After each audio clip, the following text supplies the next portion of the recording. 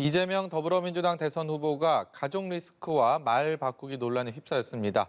이 후보 지금 어떤 심정일지 궁금한데요. 뉴스 1번지 1번지 연장, 오늘은 이재명 후보의 비서실장이죠. 오영훈 의원 모시고 관련된 얘기 나눠보도록 하겠습니다. 어서 오세요. 네, 안녕하십니까? 이낙연 전 대표의 네. 이낙연 경선 후보의 전 비서실장, 그리고 전 당대표의 비서실장이고요. 그리고요. 경선 당시에는 이제 수석 대변인. 수석 대변인. 후보의, 예. 그리고 현재는 네. 이재명 민주당 대선 후보의 비서실장. 네. 이 분명 흔한 상황은 아닌 것 같습니다. 우리나라 정치사를 다시 한번 봐야 되겠는데요. 처음 있는 일이지 않을까 싶습니다. 비서실장 되시고 나서 특히 네. 대선이라는 가장 큰 선거에 네. 그것도 집권 여당의 후보의 비서실장이다 보니까 네, 네. 참 여러 가지 일들 많으실 거고요. 그리고 네. 시간도 굉장히 24시간이 부족하지 않을까라는 생각이 네. 드는데 어떻습니까? 네, 우선 지금 비서실장 맡은 지가 벌써 25일이 됐습니다. 이제 한 달이 다 되어가고 있는데요. 그동안 또 제가 이재명 후보에 대해서 많이 알지 못했기 때문에 또 많이 알 수 있도록 기회를 많이 찾고 있고요. 또 이재명 후보의 대화나 또 여러 가지 소통 방식을 통해서 이재명 후보의 생각 그리고 또 국민들의 생각을 어떻게 전달할 것인지 이런 점에 주안점을 둬서 고민하고 있고요. 그다음에 가장 중요한 건 어쨌든 지금 대선 레이스가 시작이 됐기 때문에 후보의 일정 기획과 관련된 대책 마련이 가장 중요한 일정 중에 하나입니다. 그래서 어떻게 하면 이 후보가 갖고 있는 정책과 비전을 국민들에게 알기 쉽게 메시지를 전달할 것인지에 초점을 맞춰서 최근 같은 경우 이제 민생과 방역, 경제에 대한 일정을 중심으로 짜고 있고 또 그런 대로 그에 맞추어서 이제 모든 스태프들이 또 움직이고 있는 이런 역할들을 주도 면밀하게 하고 있다는 말씀을 드립니다. 그리고 예. 또 어쨌든 후보와 관련된 어떤 생각이나 이런 부분들을 또 언론인들을 통해서도 많이 전달을 해드려야 되기 때문에 언론인들과의 소통도 좀 강화하고 있다는 말씀을 드립니다. 예. 이 질문을 드리기가 조금 송구스럽긴 합니다만 네네. 당 일각에서 최근에 네. 이렇게 열심히 하시는데도 네네. 무늬만 비서실장이다. 뭐 이런 얘기가 나왔었습니다. 그런가요? 들으셨는지 모르겠습니다만 네네. 예, 저는 여기에 아직 대해서 듣지 좀 입장을 못했습니다. 좀 듣고 싶은데요. 글쎄요. 아무래도 비서실장으로 임명된 이유가 있을 겁니다. 이재명 후보께서 그것은 이제 민주당의 경선이 끝나고 난 뒤에 선대위의 어떤 슬림화 과정이 있었고요. 당 혁신의 과정과 뒷받침되는 그런 과정에서 이낙연 지지했던 그 당내 다양한 세력들의 원팀을 가장 원하셨던 것이라고 생각을 하고요. 네. 그리고 또한 제가 또 비서실장 역할을 했었기 때문에 그런 비서실장의 어떤 경력이 또 도움이 될 수 있다고 판단을 했을 것 같고요. 가장 기대하고 있는 부분은 아마 이낙연 후보의 또 등판과 관련된 더 적극적인 역할에 대한 기대 이런 부분들이 아직 현실화되지 않았기 때문에 아쉬운 부분을 갖고 있지 않나 생각합니다. 그 말씀하셔갖고요. 단도직입적으로 네네. 여쭤보겠습니다. 이낙연 전 대표는 언제 등판을 하게 됩니까? 이미 상임 고문으로서 역할을 하고 있고요. 이미 등판했다 저는 이렇게 말씀드립니다. 그건 다 알고 있는 얘기지만 네. 현실적으로 네네. 뭔가 후보와 함께 선거운동을 하고 네네. 그런 모습들을 지지층에서는 기대하고 있는 이제 상황인 것 같아서요. 지금까지는 이제 지지해줬던 전국에 있는 많은 지지자분들을 만나서 또 감사의 인사도 전하고 그리고 또 정권 재창출과 민주당의 승리를 위해서 또 같이 협력해야 된다는 메시지를 계속 내오셨던 것으로 알고 네. 있습니다. 그럼 비공개 일정으로 진행을 한 것이고요. 또 이제 후보가 같은 어떤 일정을 같이 수행하는 게 좋겠다. 또 이런 의견도 지금 내고 있는 과정인 것으로 알고 있고요. 또 그와 관련해서 구체적으로 어떤 방식으로 더 적극적인 역할을 할 것인지에 대해서 대표께서도 또 고민을 많이 하고 계신 걸로 알고 있습니다. 제가 볼 때는 연말 중에 또 그러한 모습이 연출될 수도 있지 않을까 하는 기대를 갖고 있습니다. 연말 중이라 하면 이제 채 열흘 정도밖에 열흘도 남지 않은 시점인데 네네. 그 안에 이낙연 전 대표가 네. 공식적인 선거 운동을 하면서 그야말로 등판을 할 수 있다. 그럴 가능성이 그런 기대를 있다. 하고 있다는 예, 말씀드립니다. 알겠습니다. 기대가 됩니다. 예, 다른 얘기 좀 해보겠습니다. 네네. 이 가족 리스크 얘기를 네, 안 할 네, 수가 네, 없습니다. 네. 민주당도 네. 그렇고 국민의힘도 그렇고요. 네. 이재명 후보 같은 경우는 이제 장남 문제로 거듭 네. 고개를 숙였는데 네. 오영훈 실장께서 옆에서 계속 지켜보시지 않으셨습니까? 네, 네. 그래서 언론에서 나온 것 외에 네. 또 이재명 후보가 아버지로서 또 네. 이런 사태에 대해서 실제로 느끼는 속내는 좀 어땠는지도 궁금합니다. 옆에서 좀 혹시 들으신 거나 느끼신 게 있으시면 어떤 게 있을까요? 일단 뭐 공식적으로는 이제 후보께서 그 사실을 인지하고 나서 확인을 했고 4시간 만에 네. 사과 반성의 그런 메시지를 발표를 했습니다. 저는 진솔하게 또 반성을 했다고 저는 보여지고요. 근데 부부로서 상당히 많은 안타까움을 좀 갖고 있는 것 같습니다. 본인이 생각했던 기대에 부응하는 또 그런 모습으로 나타나지 않고 또 다른 국민들이 걱정하는 그런 우려하는 모습으로 또 비춰졌을 때 나오는 그 아버지로서의 느끼는 그런 찹찹한 심정을 좀 느낄 수가 있었고요.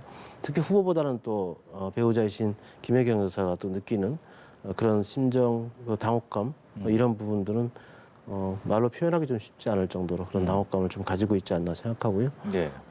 당사자인 아들 자제분도 또 좀 충분히 이제 사과 반성의 또 메시지를 냈기 때문에 뭐 기회가 있을 때마다 또 그런 사과의 메시지는 전달할 것이다 이렇게 생각을 합니다. 예. 이재명 후보 같은 경우는 이제 네. 자치단체장 할 때부터도 네네. 불도저 같은 그런 밀어붙이는 네네. 이런 것이 사실상 이재명 후보의 트레이드 마크다라는 네네. 인식이 많은데요. 네네. 이 세금 감면 얘기들 네. 최근에 또 기존의 어떤 정책을 좀 철회하는 그런 모습들 네네. 뭐 이게 이전과는 다른 모습들이기 때문에 네네. 이것을 보는 유권자들이 여러 생각을 하게 되는 것 같습니다. 유연성이다라는 얘기도 있지만 또 네네. 말 바꾸기라는 정반대의 시선도 있는 것 같은데요. 네. 어떻게 보고 계십니까? 글쎄요, 뭐 예를 들어서 크게 뭐 2가지로 좀 대표해서 말씀을 드릴 수가 있을 것 같은데 첫 번째는 기본소득 문제와 관련해서 이제 정책이 후퇴하냐 이렇게 말씀하시는 분도 있는데 이재명 후보가 갖고 있는 생각은 저는 크게 변함이 없다라고 생각합니다. 다만 국민들이 원하지 않고 또 국민들이 이해되지 않은 상황에서 전면적으로 시행하는 것은 맞지 않다는 생각을 하고 있는 예. 것으로 이해를 하고 있고요. 그리고 문재인 정부가 추진해왔던 보편적 복지 체계 내에서 기본소득 단계로 나아가기 전에 지금 현재 할 수 있는 뭐 예를 들면 지금 아동수당이라든가 노인수당, 청년수당, 또 농민수당 뭐 이런 부분들도 기본소득의 범주를 이해할 수 있다 이렇게 생각을 하시는 것으로 이해하고 있고요. 그런 부분을 좀 더 넓혀 나가다 보면 장기적으로 기본소득을 전면적으로 도입하는 문제에 대해서 함께 연구하고 도입할 수 있는 국민들이 납득하게 되면 전면적으로 시행할 수도 있는 게 아니냐 이렇게 보고 있는 것 같습니다. 그다음에 이제 뭐 양도세 중과의 이제 유예 관련해서도 그것은 이재명 후보의 생각이 바뀌었다기보다는 문재인 정부의 정책과 조금 다른 목소리를 냈다라고 지금 문제 제기를 하시는 것 같은데요. 네. 그런데 그것은 현장에서 만나는 국민들의 생각, 국민들의 처지와 어려움에 대해서 명확하게 인식하고 있는 상황이라고 저는 말씀드려요. 그런 상황을 인식하고 있음에도 정책의 변화 없이 국민들의 고통이 더욱더 힘들어진다고 한다면 그것은 정치 지도자로서의 자세가 아니다라는 생각을 하고 계신 것 같습니다. 그런 부분에 있어서 지금 코로나 팬데믹으로 이제 2년 동안, 2년 이상 지금 지속되고 있는 상황에서 많은 국민들이 힘들어하고 있지 않습니까? 그래서 이게 그 어떤 또 주택 공급의 어떤 측면에서 또 이런 말씀을 또 주셨고요. 그리고 여러 가지 세제 개편의 방향에 대해서도 현재 국민들이 겪고 있는 어려움을 해소할 수 있는 방향으로 고민해 나가야 된다. 그런 방향이 맞다. 이런 자세는 저는 유연함에서 나온 기인한 그런 현상으로 이해할 수 있다고 봅니다. 예, 지금 말씀을 주셔서 그 연장선상에서 이번 대선 역시 뭐 네거티브 공방이 네. 치열하다라고 이렇게 평가를 받다 보니까 네. 정책적인 부분들이 네. 여야 후보 모두 이렇게 별로 부각이 되지 않고 있습니다. 이재명 네, 네. 후보 같은 경우는 사실 정책에 있어서는 네. 조금 더 우위를 점할 수 있지 않을까라는 네. 기대감이 있었는데 그래서 네. 그런 것들이 좀 아쉬운 점이 있을 것 같습니다. 네, 네. 이재명 후보의 정책 여러 가지 자랑하고 싶으실 텐데 시간 관계상 네. 이것만큼은 꼭 자랑하고 싶다 있으면 말씀해 어제 주시죠. 발표한 자영업 소상공인에 대한 대책이 저는 가장 지금 그 국민들께서 걱정하시는 부분이기 때문에 그 부분을 또 많이 기대를 또 하고 있기 때문에 그 부분 잠깐 말씀을 드리면요. 첫 번째는 한국형 급여 보호 프로그램입니다. 미국의 어떤 PPP 제도를 우리가 도입해서 사전 보상 또 온전한 보상을 이룰 수 있는 그런 틀을 만들자는 얘기고요. 네. 그런 부분들이 고정비 상환 감면 대출 제도를 도입하겠다는 이런 약속을 또 주셨습니다. 그리고 또 감염병 등 또 이 재난 시기에 임차 상인의 임대료 부담을 좀 경감해야 된다, 완화해야 한다는 입장을 냈습니다. 그래서 임차인 또 임대인 또 정부가 함께 임대료 부담을 나눌 수 있도록 해야 된다는 그런 정책의 약속을 말씀드렸고요. 예. 그리고 또한 플랫폼 시장 속에 의뢰 권리를 강화하는 이런 방안들도 발표하기도 했습니다. 좀 더 이런 부분에 국민들의 관심이 좀 더 있었으면 하는 기대를 갖고 있습니다. 그러니까요. 이 정책 경쟁을 정말 치열하게 해야 되는데 네네. 네거티브는 여전히 양당에서 이어지다 보니까 네. 김종인 국민의힘 네. 위원장이 네거티브 그만하자라고 네네. 제안을 했는데 네. 민주당 반응이 그렇게 별로 없는 것 같습니다. 별 호응 안 하고 계시는 것 같은데 이 손바닥이 좀 저는 뭐 마주쳐야지 소리가 날 텐데요. 네거티브 경쟁 지향은 저는 옳은 지적이라고 보여지고요. 저는 그렇게 가야 한다고 생각합니다. 그럼 정책 대결이 되기 위해서는 후보자가 갖고 있는 정책과 비전을 국민들한테 내보일 수 있어야죠. 선보일 수 있어야 되는데 과연 그런 기회가 보장되고 있는가 하는 아쉬움이 있습니다. 예를 들어서 어제 진행했던 자영업자 소상공인 주최의 양 후보 초청 토론회가 있었는데요. 네. 그런데 우리 이재명 후보는 참석을 해서 본인의 이제 소상공인과 관련된 정책을 발표했지만 윤석열 후보는 나오지 않았습니다. 그래서 이러한 우리의 주장에 대해서 윤석열 후보가 법정 토론 3번이면 충분하다는 이런 얘기를 말씀하셨단 말입니다. 네. 저는 그게 김종인 위원장이 말씀하고 계시는 정책 대결의 장으로 가겠다는 얘기와 윤석열 후보의 이런 토론 참여가 지금 배치되고 있다. 저는 그렇게 생각합니다. 우선 윤석열 후보가 법정 토론회 외에 네. 정책을 놓고 정말 다양한 그리고 그렇죠. 많은 토론에 네. 적극적으로 참여하게 된다면 네. 이 네거티브 경쟁이 아니고 정책 경쟁으로 국민들에게 그렇죠. 돌려줄 수 있다. 네, 저는 충분히 그럴 수 있는 여지가 있다고 생각합니다. 김건희 씨, 윤석열 네네. 후보 배우자 네. 허위 이력 관련된 의혹들 민주당은 앞으로 이 부분에 대해서 어떻게 대응을 하실 계획입니까? 공세 수위를 더 높여갑니까? 글쎄요. 지금 뭐 여러 가지 상황을 또 보겠지만 이것은 또 당 차원에서 원내 차원에서 좀 대책을 마련해야 될 부분이라고 생각을 합니다. 경력 위조 문제나 이력에 대한 위조 문제, 네. 또 도이치모터스 주가 조작 문제 이런 부분들을 상당히 이제 여러 가지 의혹이 지금 제기되고 있는데 또한 또 현재 당장 수사를 해야 된다는 이런 주장도 있습니다. 그래서 그런 부분에 대해서 저는 관련 상임위를 열어서 여러 가지 제기되고 있는 의혹에 대해서는 해명할 필요가 있다.